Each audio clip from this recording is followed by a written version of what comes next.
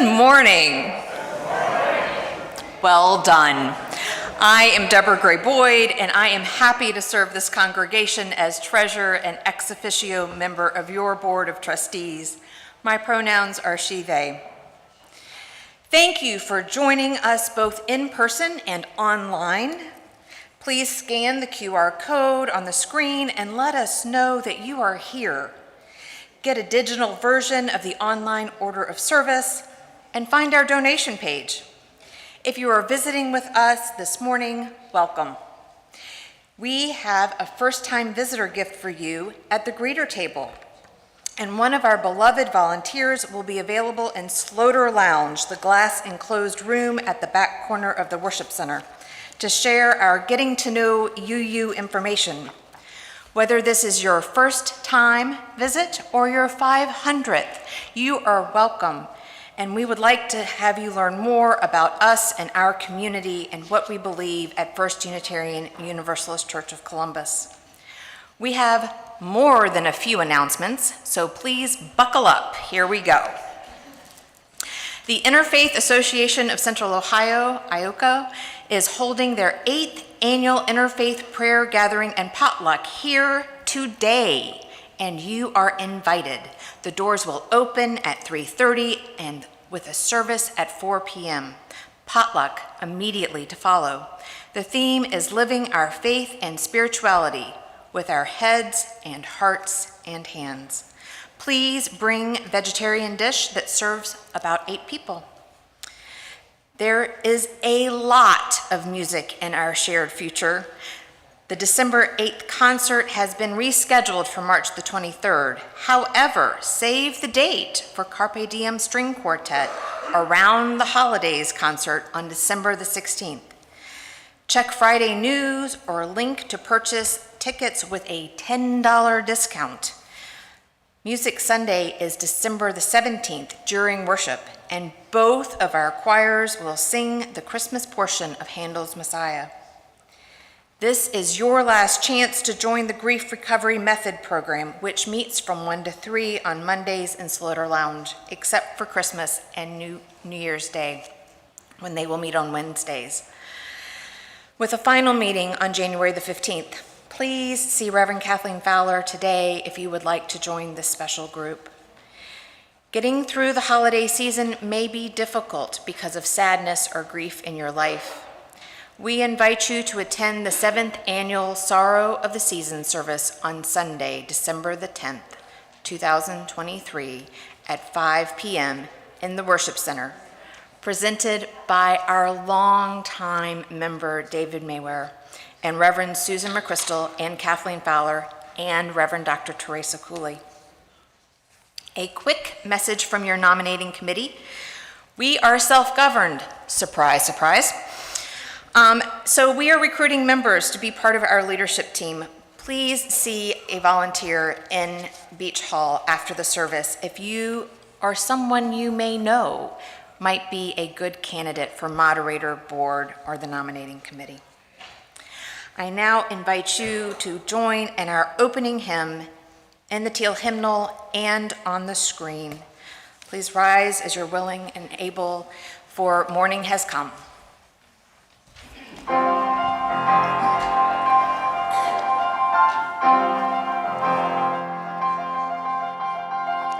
Morning has come, arise and greet the day.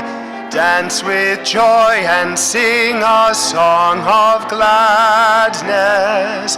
The light of hope here shines upon each face. May it bring faith to guide our journey home.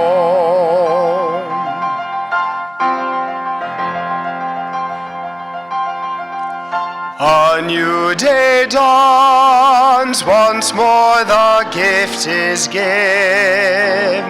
Wonder fills this moment shared together.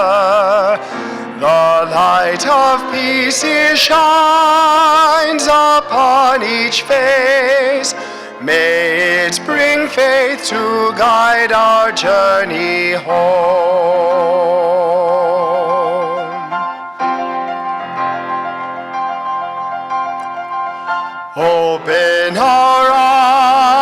to see that life abounds, open hearts to welcome it among us.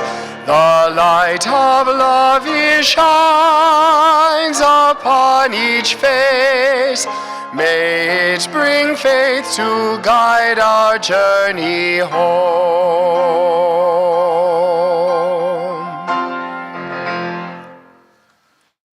Morning.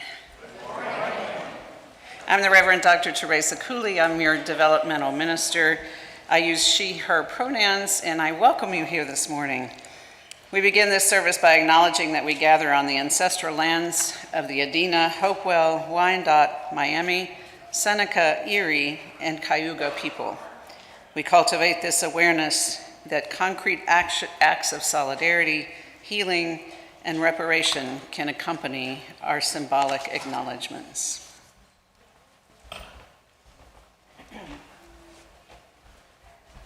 Good morning. I'm Minister Shannon High, and my pronouns are she and her. Thank you for joining for our opening words today.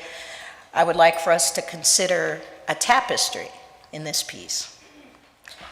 A tapestry, like a community, weaves together diverse threads to create a rich and interconnected whole.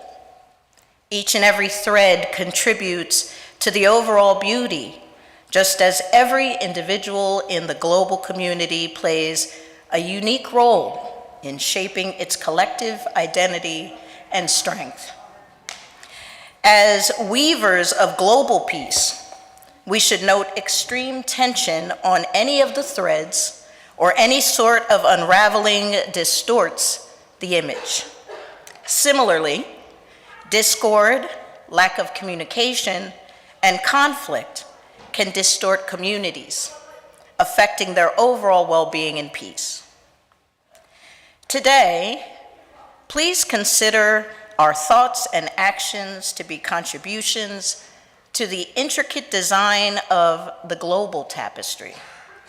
Our actions can either illuminate each thread's resilience, fostering unity and understanding, or can damage the threads, distorting the harmony of interconnected lives. Boldly intertwined, we are strong.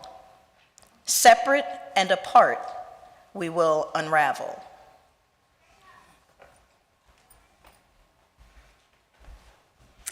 And now let us rise in body or in spirit as the children go back to claim the light.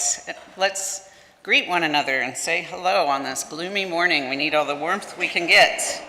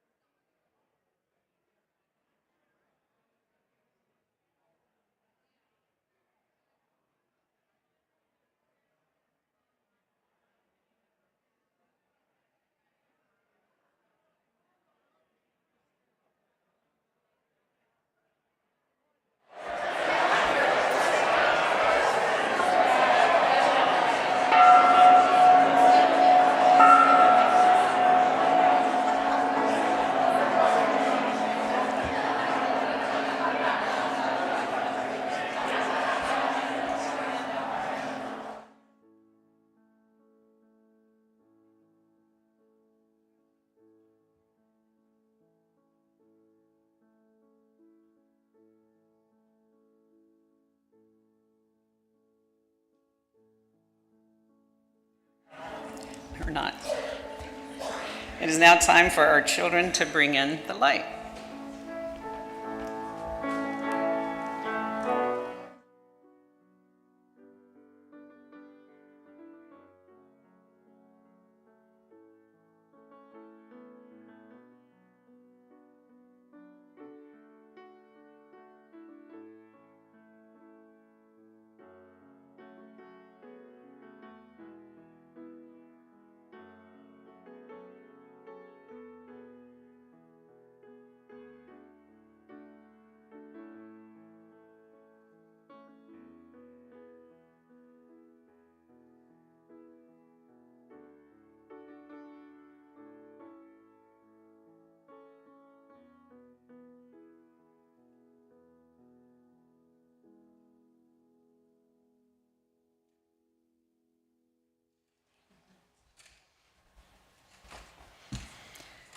Today's chalice lighting comes from the theologian Walter Brueggemann.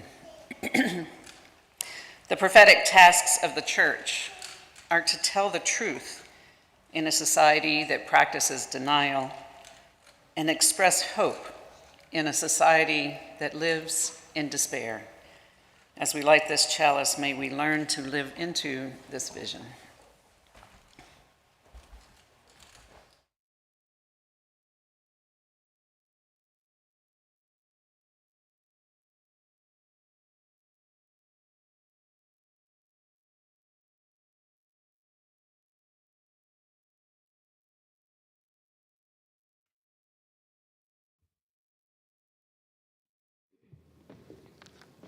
Thank you, Roshi, for your help lighting our chalice. Good morning. I'm Amber Scott, your Director of Religious Exploration, and my pronouns are she, they. You may have noticed that our holiday decorations are up thanks to our youth group that put them up after the first Friday dinner. And one of the trees is our mitten tree. Please bring in warm winter items, gloves, hats, scarves, to hang on our mitten tree, which will then be donated to the Clintonville Community Resource Center. Today's story is called Snow in Jerusalem, written by Deborah DaCosta and illustrated by Cornelius Van Wright and Ying-Hua Hu.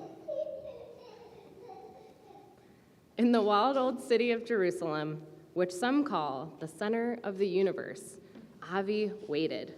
He sat on the stone front step of his family's apartment.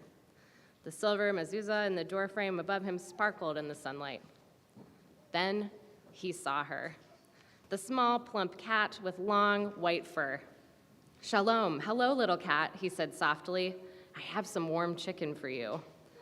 The cat purred as she ate, then she rubbed against Avi's legs. "Avi, my love, are you feeding that cat again?" his mother teased from the kitchen window. "We'll never get rid of it now." But Avi loved this fluffy white cat. "There is no other cat like you in all of Jerusalem," Avi whispered. "You are a miracle, a gift from Hashem, the Holy One." The cat gazed at Avi with big eyes as clear and blue as the sea. "Mew," she said. Then she padded hastily down the wind-chilled street. Avi watched, wondering where she was going. Suddenly, he had an idea. "Cat," Avi called, "next time I will follow you." The cat moved through the winding streets of the Jewish quarter. She ducked into shaded, cobbled alleyways and pranced through sunlit courtyards fragrant with the sweet smell of rosemary. Soon she reached the hustle and bustle of the Muslim quarter. Here, the narrow streets were filled with shiny brass pots, colorful plates, and tapestries the color of fire. Hamoudi waited outside his family's small restaurant as the cat headed towards him. "Ah, there you are, little white one. Isaac, how are you?" Hamoudi asked gently. He put down a plate of lamb and a bowl of water. The cat purred as she ate and drank, then she rubbed against Hamoudi's legs. "Hamoudi, my darling, are you feeding the cat again?" his mother teased from the open doorway. "It will never leave us now." But Hamoudi loved the silky white cat. "There is no other cat like you in all of Jerusalem," he whispered. "I know you must be a miracle, a gift from Allah." "Mew," the cat said. Then she padded off through the crowded streets. Moody watched, wondering where she was going, and suddenly he had an idea. "Cat," he called, "next time I will follow you." But the next time did not come. In the Jewish quarter, Avi waited for many days. The cat was nowhere to be seen. There were many other cats, skinny cats with wild, hopeless eyes. They darted in and out of alleys and climbed on garbage bags, but not one of them was the beautiful white cat. Avi worried, and in the Muslim quarter, Moody waited too. Each day he prepared the cat's favorite dish of lamb leftovers, but there was no sign of her. There were many other cats, big ones and small ones. All had bony ribs and patchy fur. Not one of them was the beautiful white cat. Moody worried. It was many weeks later that the white cat appeared on Avi's doorstep. "What happened to you, cat?" Avi cried. "You look so skinny and you look dirty too." He ran into the kitchen, then rushed outside and put fish and a big bowl of water at the little cat's feet. She ate and drank heartily and purred. But this time, when the cat started on her way, Avi followed her. He chased her through the shaded alleys and carved archways of the Jewish quarter. He followed her all the way into the Muslim quarter, and there the cat padded right up to a small restaurant. As Avi watched in amazement, she jumped into the lap of a boy who fed her something from his hand. Avi frowned. "That's my cat," he shouted. "Is not," Hamoudi yelled back. "She's my cat." The cat jumped out of Hamoudi's lap and began running down the street. "Now see what you've done," Hamoudi accused. "Now see what you've done," Avi answered back. But just then, something unusual happened. It began to snow in Jerusalem. Snowflakes floated gently through the air, swirling and twirling on their way to earth. The cat stopped for a moment and sat in the feathery whiteness.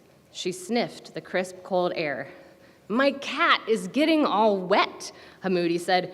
"You mean my cat is getting all wet. She could freeze in this weather," Avi added.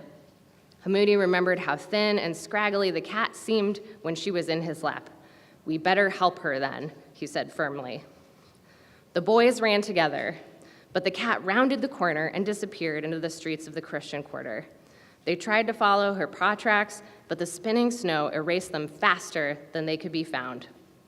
Side by side, the two boys continued through the streets into the Armenian quarter, catching glimpses of white fur through gusts of snow. "What if she's in a big hole somewhere, already half frozen?" Hamoudi asked. "Then we will warm her with our coats," Avi said. But fear, like a dark cloud, began to follow them through the cold streets. "Shatul, cat," Avi sobbed in Hebrew. "Shatul, shatul." "Ota, cat," Hamoudi cried in Arabic. "Ota, ota." The boys searched through street after street. Finally, they heard a faint sound like the muffled whine of the wind. They stopped and stepped closer to a darkened alley. Hearing the sound again, Avi and Hamoudi began to run, slipping and sliding on the snow-covered street. The cries were coming from some bags and cardboard cartons. The boys pushed them aside until they came to one small box. Curled inside was the white cat. She was not half frozen, and she was not alone. "It's a miracle," Avi said with a smile. "She has kittens, 4 of them. Truly a miracle," Hamoudi agreed, kneeling down to peer in the box. Avi laughed. "No wonder the mama got so skinny." Hamoudi nodded as he rubbed the fuzzy velvet tummy of one kitten. "What will we do with all these cats?" Avi asked. "It's too dangerous for them to live outside in a box. They could freeze or be killed by mean dogs or bad people." Hamoudi thought about all the stray cats of Jerusalem with bony ribs and patchy fur. "We cannot just let them live on the streets." "Then we must take them home," Avi told him. "Yes," said Hamoudi. "There's plenty of room at my house for 5 cats." "Oh, no, Avi said quickly. "I saw the mother first, so I get to take them home." Hamoudi scowled. Silence crackled in the air between them. Then Hamoudi said sharply, "How do I know you saw the mother cat first? You can't prove it." "Neither can you," Avi snapped back. Leaving her kittens, the cat padded over to the spot where the boys stood arguing. She began to purr loudly and rub against the legs of each boy. Her tracks made a figure 8 around them in the snow. Avi bit his lip and looked away. "She doesn't want us to fight," he said slowly. Hamoudi stared down at his feet. "She wants peace." "Then we will share," Avi said. Hamoudi smiled. So the boys rummaged through the bags and cartons until they found 2 boxes that were just the right size. They put 2 kittens in each box. "Who will get the mother cat?" Avi asked. "I think she wants us to share her too," Hamoudi said with a grin. "Yes," Avi agreed. "She can travel back and forth between us, the way she did before." Then the 2 boys headed back to their homes in the old city of Jerusalem, the place some call the center of the universe. With great care, each boy carried 2 kittens in a small box. They were followed proudly by a blue-eyed white cat they named Snow. The end. Avi and Hamoudi must compromise in order to center love, make room for generosity and peace, and to best care for the cat and her kittens. Today, as we examine the current conflict, may we consider the wholeness we can achieve when we set aside our differences and truly recognize one another's humanity. Now let us sing our young people back to their families and out to class.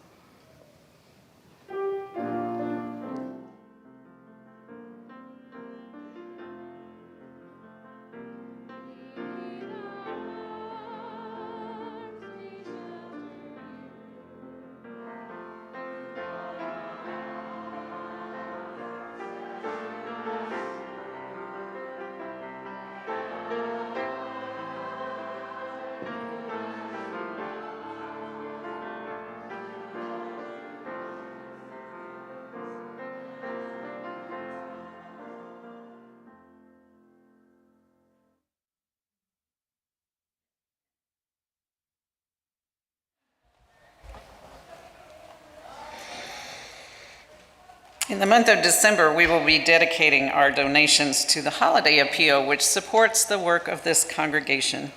And here to talk about what the congregation means to her is Anjali Das.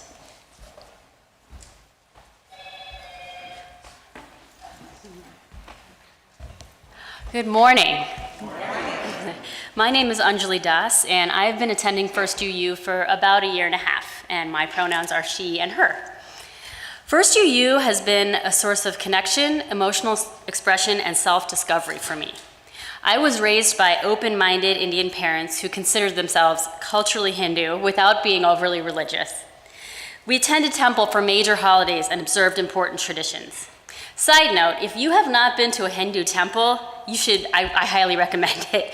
Your senses will immediately be overtaken by the sights, sounds, smells, and even tastes, as every service ends with a token of nuts and fruit. The temple is an incredible place. As an adult, I practiced Hinduism at a plethora of temples and groups for a few years.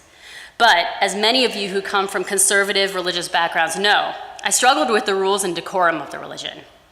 Crying or having any strong emotion in the temple is discouraged. In fact, participation in temple services immediately after a death of a family member is discouraged. I remember asking my mom, even as a teenager, isn't grief the time we should have our faith community step up for us? There were few opportunities to be in a Hindu study group for connection, but the connections would stop at a shallow level. For example, I've never seen anyone openly share their LGBTQ identity at a temple, but I can't imagine it would go well for anyone involved. I didn't feel comfortable approaching the priests, also known as gurus or swamis, to talk about personal problems. They're considered a holy caste, and their word was indisputable, no matter how unbelievable the message was. I can recall times I would hear a Swami speak and think to myself, did anyone else hear that? Like, how ridiculous was that? The first time I came to a UU service, I left with tears streaming down my face. The genuine authenticity was staggering to me, and in the beginning, it really was a challenge to open myself up to this type of realism. Listening to sermons about conflict and covenant and the meaning of love and joy was a totally new experience for me. However, somewhere between study groups with Andy Mocharsky and pouring my heart out and problems out to Reverend Kathleen and Reverend Sylvia, and volunteering with Chris Johnson to support causes close to my heart, And even letting someone I don't know tie my shoe for me in Slouter Lounge when I was juggling a screaming baby and dirty birth cloths. I learned to trust this faith community and the process through which it teaches me about myself. In Unitarian Universalism, if I don't agree with something, I don't have to believe it. I also feel like my identity changes all the time. Like, yes, I'm Indian American, but I also lived in Guatemala with children in an orphanage for over a year. And I also taught abroad in the Middle East. And I adopted a daughter with Nicaraguan birth parents. And other times in my life, I've lived in white, upper-class, middle upper-class societies. So how do these pieces fit into who I am?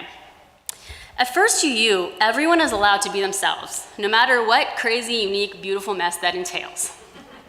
This faith evolves with me and allows me the space to grow based on my experiences, which is one of the reasons it is so valuable to me. This congregation's services, ministry, and impact is possible due to generous congregants like yourselves. During the holidays, we often reflect on what is meaningful in our lives, and many congregants make special gifts over the holiday. Your holiday gift of $20, $50, $100, $500, or any amount allows us to keep our congregation strong. We also invite you to stop in the table in the gallery after the service. Thank you.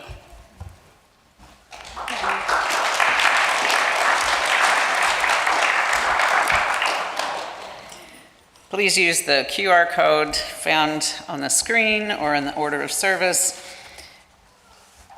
or go to the website, and please be generous. Thank you. And now the offering will be received.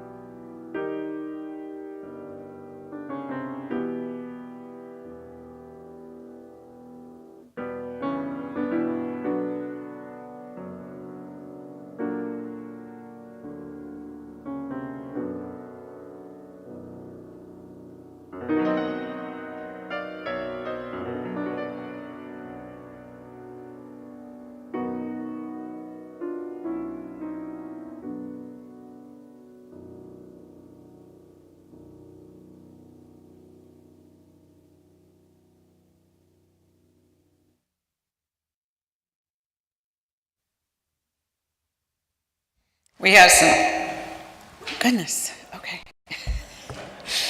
We have some joys and some concerns to share this morning. We send our love and to longtime members Judy, Bob, and dog Sammy. They left this morning for the next chapter of their life in Pennsylvania, closer to family.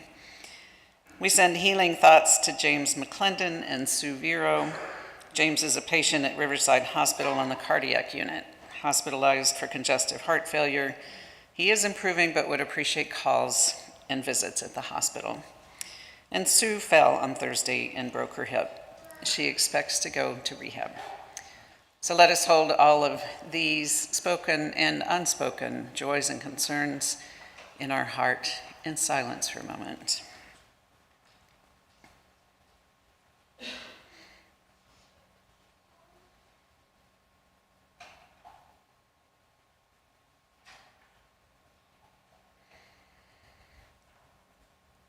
And now Minister Shannon High will lead us in prayer.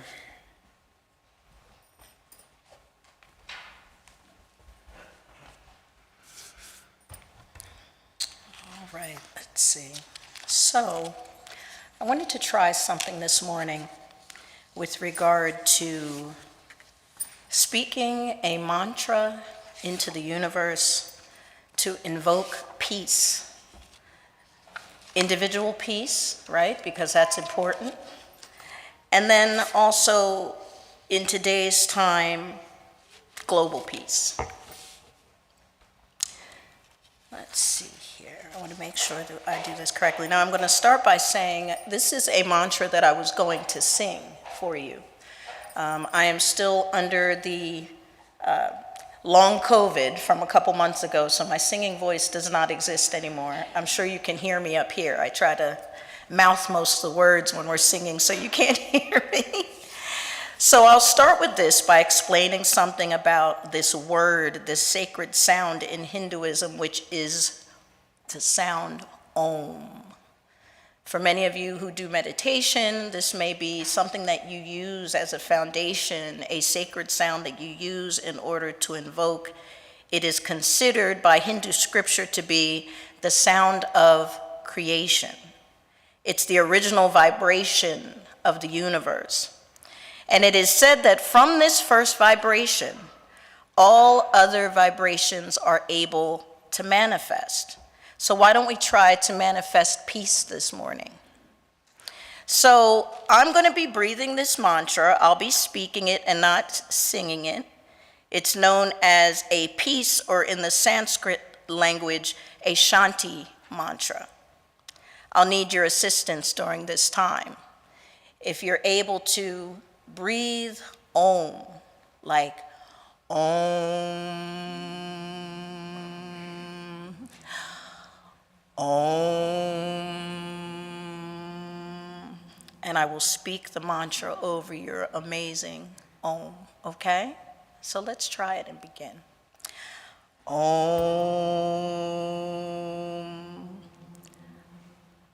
Om. The English words are, may there be happiness in all. May there be peace in all. May there be completeness in all. May there be success in all. Sarvesham Svastir Bhavatu. Sarvesham Shantir Bhavatu. Sarvesham Purnam Bhavatu. Sarvesham Mangalam Bhavatu. I'll speak it 2 more times. Om. Breathe in. Om. Sarvesham Svastir Bhavatu. Sarvesham Shantir Bhavatu. Sarvesham Purnam Bhavatu. Sarvesham Mangalam Bhavatu. Om. Breathe. Om. Sarvesham Svastir Bhavatu. Sarvesham Shantir Bhavatu. Sarvesham Purnam Bhavatu. Sarvesham Mangalam Bhavatu. Om Shanti. Om Shanti, meaning peace. Om Shanti. Om. Thank you very much for that. Let us all go in peace.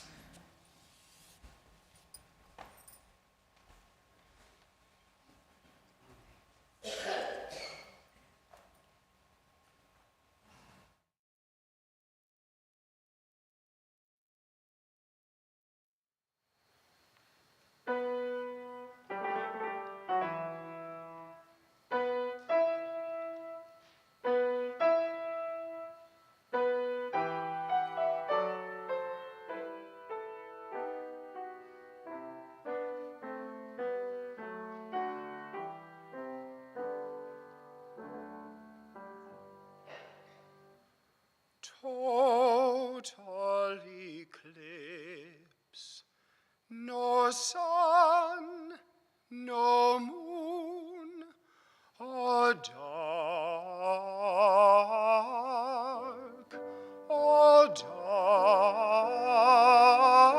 amidst the blaze of noon.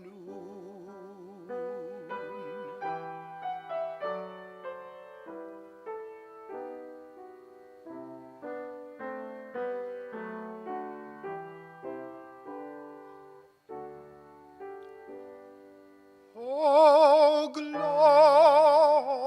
glorious light, no cheering ray to glad my eyes with welcome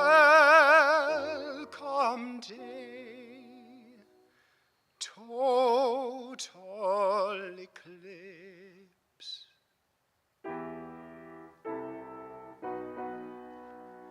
No sun, no moon, all dark amidst the blaze of noon.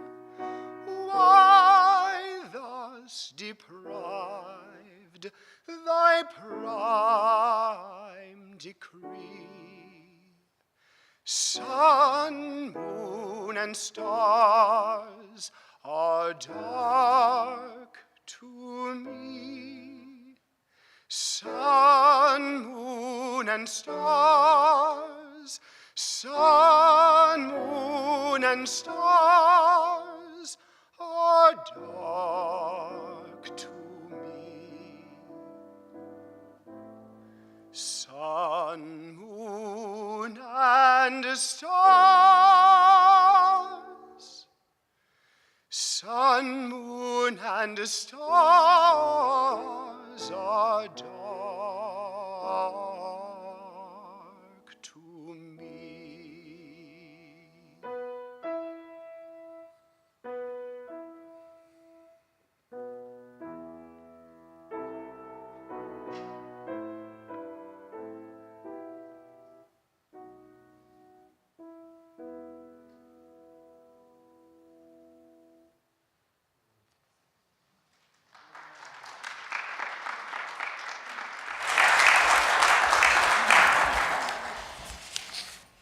Thank you, Brandon.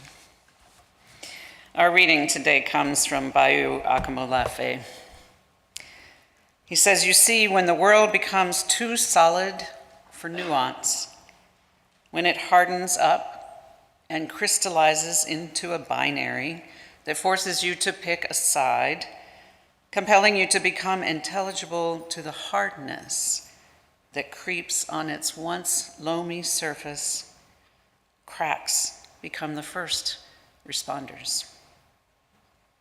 We need a politics of tenderness more than ever. Not tenderness as capitulation to particular conclusions that have already been made, not tenderness as if you don't see the world the way I do, there's something wrong with you, but tenderness as the nurturing of grace that allows something different, something even beautiful, to be born in the midst of the fires."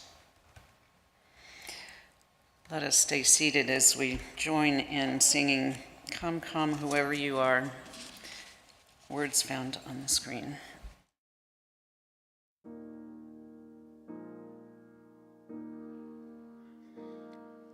Come, come, whoever you are, wanderer, worshipper, lover of leaving, ours is no caravan of despair. Come, yet again come. Come, come, whoever you are, wanderer, worshipper, lover of leaving, ours is no caravan of despair. Come, yet again come.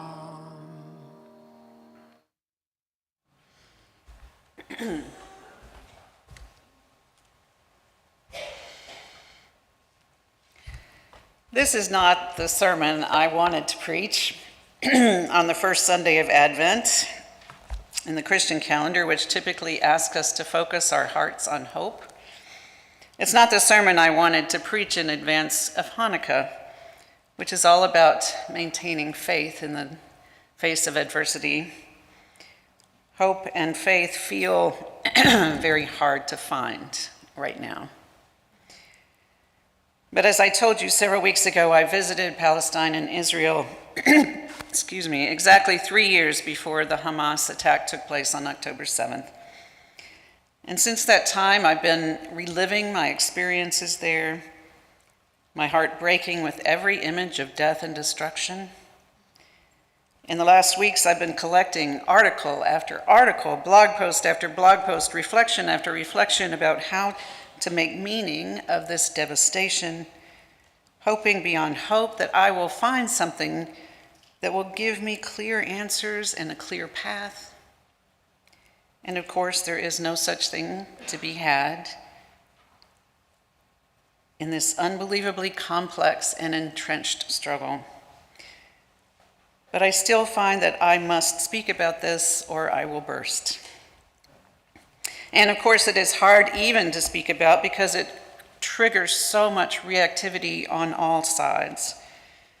The activist Charlotte Clymer recently said this: "I've been astonished to witness a new wrinkle in our social fabric. It has quickly become simultaneously impossible to either speak up or be silent. When innocent people are being murdered, it's morally unacceptable to stay silent, of course, but what happens when speaking up means somehow being perceived as taking a side between competing oppressions and their corresponding evils? There currently exists a hair-trigger sensitivity on this issue so pervasive in our national discourse that even so much as acknowledging the murder of an innocent civilian on any side will draw hostility elsewhere.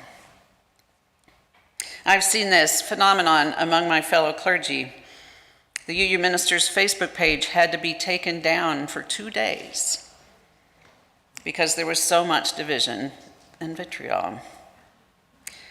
I've had difficult conversations with friends and colleagues because it's easy for me to believe that I know more since I visited there. And of course, I am not an expert, having visited there. But I think it's hard for people on all sides, because it triggers such visceral pain and identification with traumatic experiences. As Bayo Okomolafe said in our reading, when the world becomes too solid for nuance, when it hardens up and crystallizes into a binary that forces you to pick a side, compelling you to become intelligible to the hardness that creeps on its once loamy surface, cracks become the first responders. So I will say from the beginning, I have no clear answers. I have no clear direction in which to send you. I can only hope that by sharing some of my experiences, I can invite you into a place of openness, not resistance. And if I end up saying something that feels hurtful to any of you, I hope you will come and talk to me after the service so that I can learn more, because all of us have something to learn more these days. So let me start by telling a story about my ancestors on my mother's side of the family. They were Wendish people, a small Germanic sect among the many that populated the valleys of the Germanic countries in the 17th and 18th and 19th centuries. They had their own language, even while they still spoke German. They had their own culture, their own dress, their own ways of living, and most importantly, they were dedicated Lutherans. Lutherans surrounded by Catholics that persecuted them in the endless religious wars that waged for centuries in Middle Europe.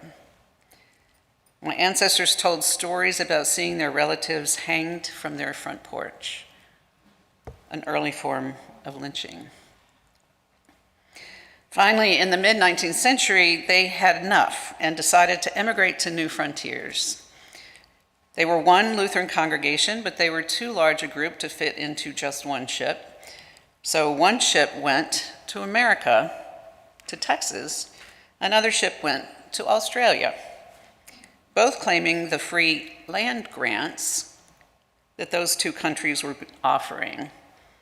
Land, of course, that was not our country's to give, having been stolen from the Native Americans, but I doubt that my ancestors ever even considered this. They settled in Central Texas, a small town called Giddings that already had a German Lutheran church and a settlement, and you would think that that would make them feel comfortable. But no, those Lutherans were the wrong kind of Lutherans. And they were the wrong kind of Germans. So they built their church across the street from the other Lutheran church. And to this day, the two congregations rarely mix in a town of only a few thousand.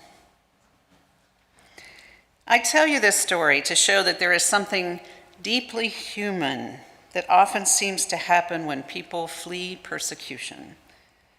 If they're lucky enough to find some place where they can feel free, they create a bubble around themselves where they can feel safe among their own kind.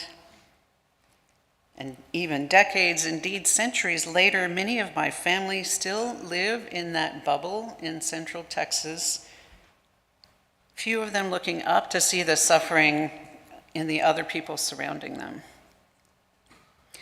I thought about this a lot when I was in Israel and Palestine. I saw how meaningful, how important, how liberating it was for the Jewish people after centuries of persecution who felt that there was no place to go to find a land and homes where they could feel free and safe. And I saw some of them, like my family, creating a bubble around them in which they only wished to be with their kind and had no opening to see the suffering of others around them. I understand that.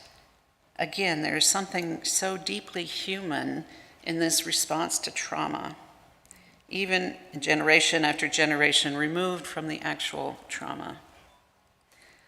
I wanted to go to Israel and Palestine to try to witness and understand just this, what traumatized people do to traumatized people. This dynamic acts out in its purest form there, in what many see as the most intractable conflict that exists in the world. I wanted to see what I could learn about such conflicts. I wanted to try to understand the relationship of religion to the conflicts. As Thoreau said, the question is not what you look at, but what you see. I wanted to try to see. And what I saw was far from clear-cut, and I want to be clear about what I want to convey right now. I do not blame the Jewish people for the conflicts in Israel. I do not hold the religion of Judaism responsible for the infliction of pain. I do not blame the Muslim people. I do not hold the religion of Islam responsible for terrorism. Just as with Christianity, and indeed every world religion, there are people who will bend and distort and pervert the noble sentiments of their religion to justify their oppression and dehumanization of others. And what we see there, just as with my own relatives, religious dogmatism hardens into an inability to see others, and dogmatism can harden even further into extremism, where almost anything seems justified.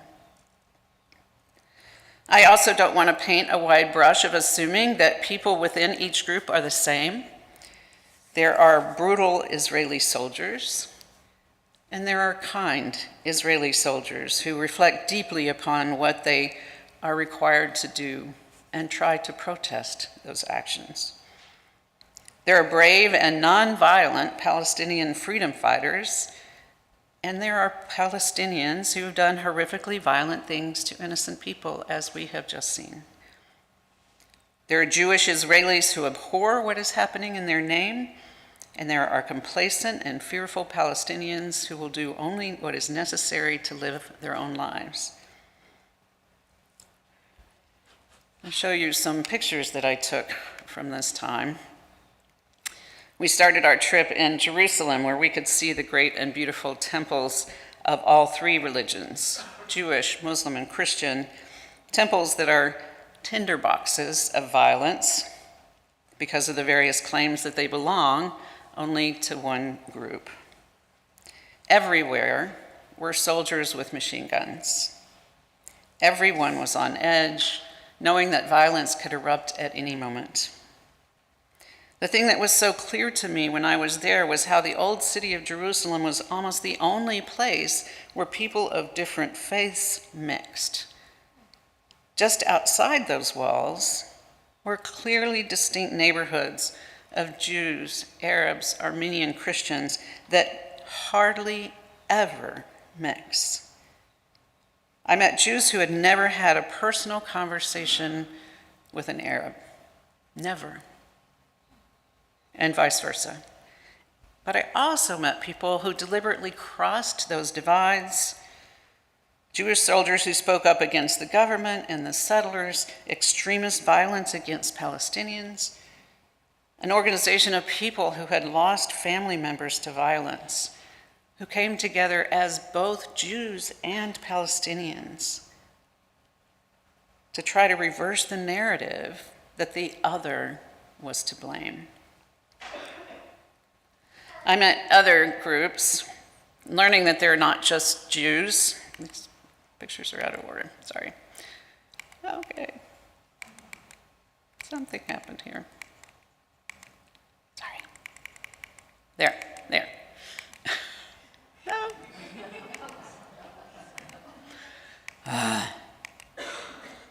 Well, okay. Somehow there's something going on here. It's going the wrong way. All right.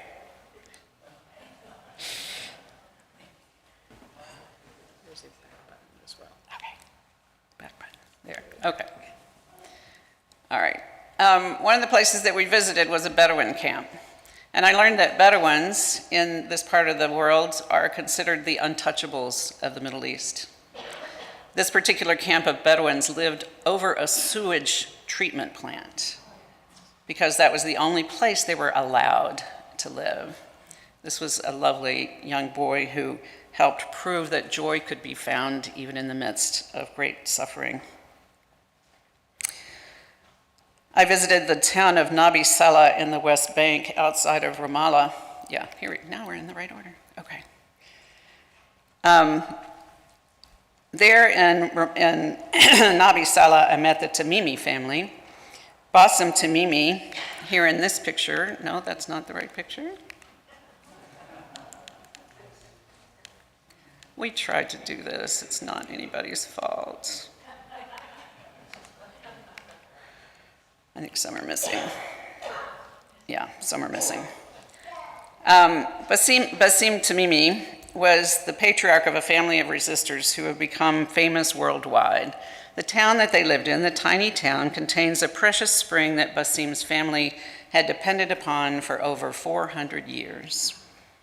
A spring that is no longer available to him and his family and the villagers because a settlement moved in and claimed rights to it, taking 40% of their land.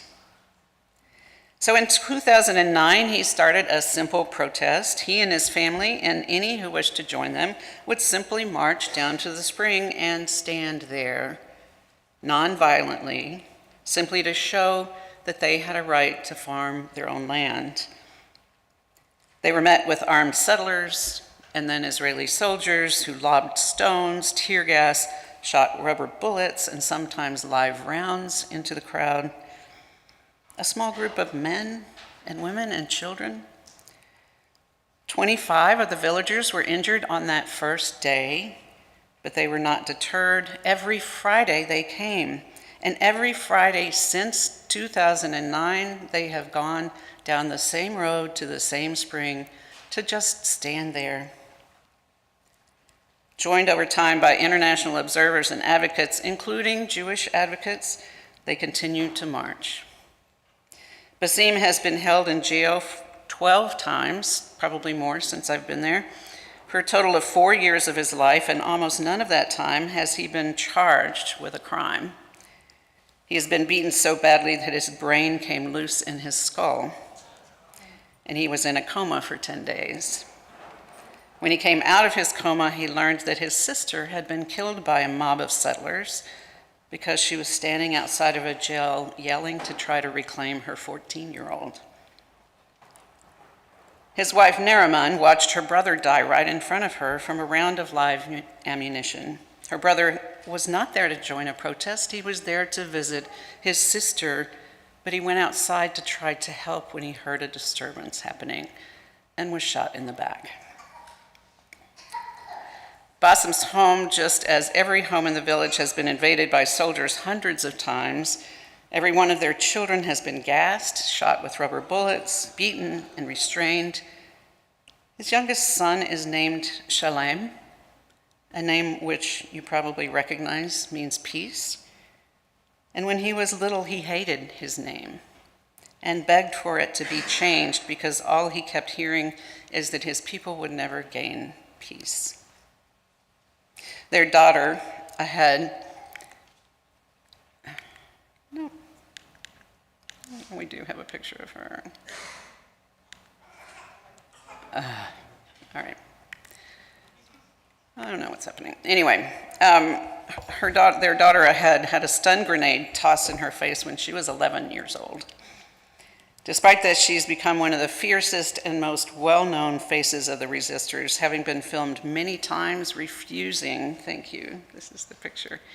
This is her portrait on the wall that's about 12 feet high. Refusing to back down from soldiers biting and kicking as she's been dragged away and arrested and jailed, of course. The Israeli government has accused the Tamimis of setting her up as an imposter because she has blonde hair and green eyes. Because Arabs must all be dark-skinned, of course. Ahed was recently arrested again, I just saw in the news, after someone hacked her Instagram account and posted false pro-Hamas statements. She's been held without charge or bail for weeks now. She's been beaten every day. Her attorney is not allowed to see her. Her family is not allowed to see her.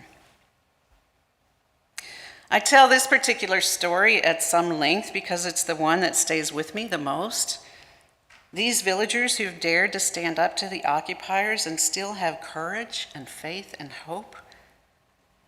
I also tell it because I feel like even though we talk more about the Palestinians than we used to, we have not heard so many stories of the actions of the settlers, the incredibly violent actions of the settlers, many, if not most of whom, are Americans. I wanted to introduce you to real people, not just newsreels.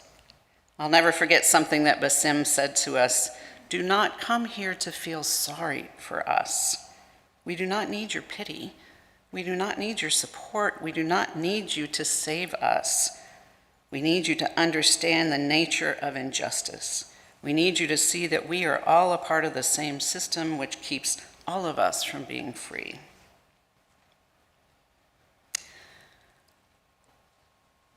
There's another picture of the town of Hebron, the one that has the gates, if you can find that one. In Hebron, there's a checkpoint every 500 yards, because it is such a tinderbox of conflict. That's one of the checkpoints that we had to go through. The settlers there have bought all the second-story apartments. There's usually only 2 stories of apartments. And what they typically do in those second-story apartments is toss urine and bleach on the Palestinian children below. For so many years, to speak up against this kind of extremist violence was equated with anti-Semitism, which has suffocated truth in silence. We now see the Israeli government as the extremists that they are, but the defense minister saying, "We are fighting human animals, and we will act accordingly." And hopefully we will see more clearly that Hamas and its truly evil acts do not equate to all Palestinians. As intractable as this conflict all seems, I was still able to glimpse some signs of hope. Do you see the peace pictures there? A farm that has dedicated itself to the development of peace and invites activists of all persuasions to come together to work for environmental sustainability under this slogan. They do have a sense of humor still. And their slogan is, "We refuse to be enemies." We visited villages deliberately created to bring together both Israelis and Palestinians. This is from one of the schools. We heard over and over again from people all sides, "We hope because we have to." We met an extraordinary priest named Father Shakur, who against all odds built a school that welcomes Muslims and Jews and Christians, a rare feat in the West Bank.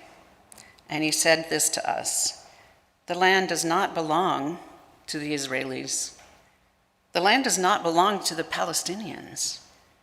The land belongs to God. And both the Jews and the Palestinians have to humble themselves before God and try to share their existence on the same land." Apologies for going on longer than usual, but there's always way too much to say on this subject. So this is where I want to lead us, not into a conclusion, but to an invitation to see this as something that is way beyond something like a two-state solution. It's something that is deeply religious. The ability to lay aside our convictions and dedicate ourselves to standing together against extremism in all forms. The Jewish poet Yeheda Amachi, who spent his life building connections between Jews and Palestinians, wrote this: "From the place where we are right, flowers will never grow in the spring. The place where we are right is hard and trampled like a yard. But doubts and loves dig up the world. Like a mole, a plow, and a whisper will be heard in the place where the ruined house once stood." The editor of Jewish Currents, Ariel Angel, recently wrote this. She said, "I hope we do not mistake the inevitability of the violence for an inescapable limit on our work or the quality of our thought. Even if our dreams for better have failed, they must accompany us through this moment to the other side. We need to imagine a movement for liberation better even than the Exodus, an Exodus where neither people has to leave, where people stay to pick up the pieces, rearranging themselves not just as Jews or Palestinians, but as anti-fascists and workers and artists. This requires an entirely new kind of imagination that goes beyond extremism, lives deeply into a new kind of faith. Dreams of peace may seem to fail, but they carry a flame of truth that can lead us to the next place, where we can try again, over and over, to envision a new way. Again, as Walter Brueggemann said in our chalice lighting, it is our religious obligation to express hope in a society that lives in despair. So may we learn to live and to be. Amen. Please join in singing "This Is My Song."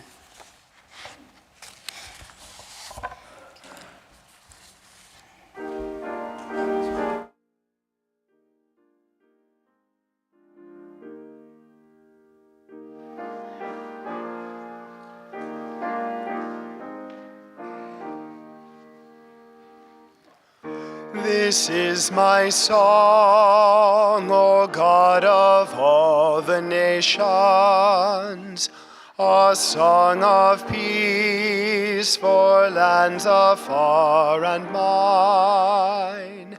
This This is my home, the country where my heart is. Here are my hopes, my dreams, my holy shrine. But other hearts in other lands are beating with hopes and dreams as true and high as mine. My country's skies are bluer than the ocean, and sunlight beams on clover leaf and pine. But other lands have sunlight too, and clover, and skies are everywhere as blue as mine. Oh, hear my song, thou God of all the nations, a song of peace for their land and for mine.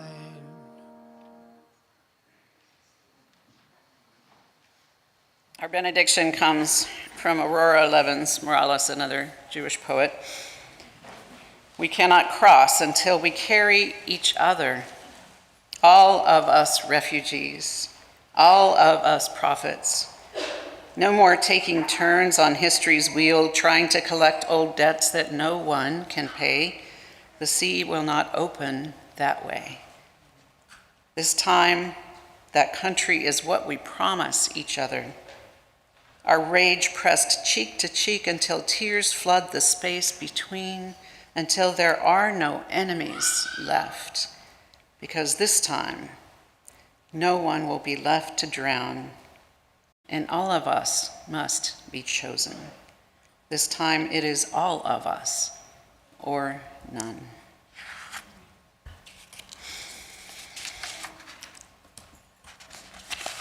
I'm going to extinguish our chalice. You may rise again, and as we extinguish our chalice together, we extinguish this flame, but not the light of vision. As we go forth, let us heal and transform ourselves and our world through reason and love.